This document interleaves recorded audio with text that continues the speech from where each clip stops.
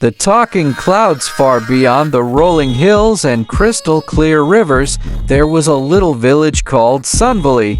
It was a cheerful place where the sun always shone brightly, the flowers bloomed in vibrant colors, and the sky remained a deep blue. But the most extraordinary thing about Sunvalley wasn't its beauty, it was the talking clouds that floated above. Unlike the usual clouds, these clouds were alive. They had faces that formed from wisps of vapor and voices as soft as whispers. Every day, they watched over the village, gossiping with each other about the humans below and spreading their wisdom like gentle rain. One morning, a curious little boy named Arlo noticed a peculiar cloud hovering low over the meadow. It was smaller than the other clouds, with puffy cheeks and a mischievous smile. Arlo had always wondered if the legends about the talking clouds were true. Gathering all his courage, he waved and said, "Hello, cloud. Can you talk to me?" To his surprise, the cloud twirled and replied, "Hello, little one. I'm Nimbus. What brings you here?" Arlo's eyes widened. "You really can talk. I've always dreamed of speaking to a cloud. What is it like being up in the sky all day?" Nimbus chuckled, his vapor swirling like laughter. "Oh, it's wonderful. We drift over mountains, sail above seas, and sometimes we paint the sky with colors at sunset.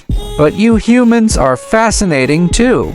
Tell me, what do you dream of?" Arlo hesitated.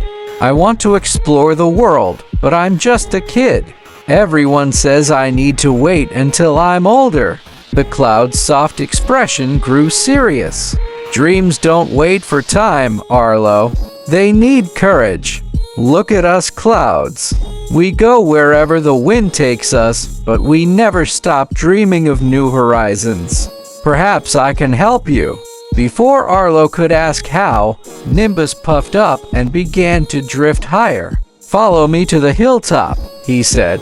Intrigued, Arlo ran after the cloud until they reached the highest point in Sunvalley. From there, Nimbus began to call to his cloud friends. One by one, they floated down from the sky, fluffy cumulus clouds, wispy cirrus ones, and even a stormy cumulonimbus cloud.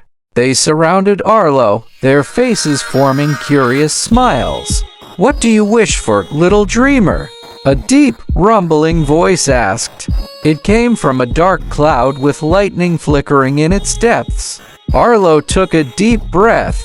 "I want to see the world from above, like you do." The clouds exchanged glances, and Nimbus nodded. "We will grant you a journey through the sky, but you must promise to cherish the beauty of what you see and share it with others." Arlo agreed eagerly.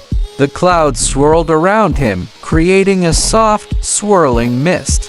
Before he knew it, he was rising into the sky, carried on a fluffy cloud chariot. Up above, the world looked magical. The rivers sparkled like silver ribbons, forests stretched like green carpets, and mountains stood proudly with snow-capped peaks. The clouds pointed out distant lands, hidden valleys, and even other villages. Arlo's heart swelled with wonder. "You see, Arlo," Nimbus said gently, "the world is vast and full of stories.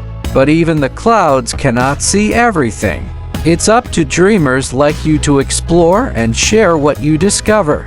When the journey ended, the clouds carefully lowered Arlo back to the meadow. As they floated back into the sky, Nimbus gave him a final piece of advice. "Remember, dreams are like us clouds. They can drift far and wide, but only if you let the wind guide you." From that day on, Arlo carried the cloud's wisdom in his heart. He began exploring the world around him, sharing the beauty he found through drawings, stories, and songs. And whenever he looked up at the sky, he knew his friends were watching, cheering him on from above. The talking clouds remained Sunvalley's greatest secret, but Arlo knew they were more than just whispers in the wind. They were reminders to chase dreams, no matter how high they seemed. The end.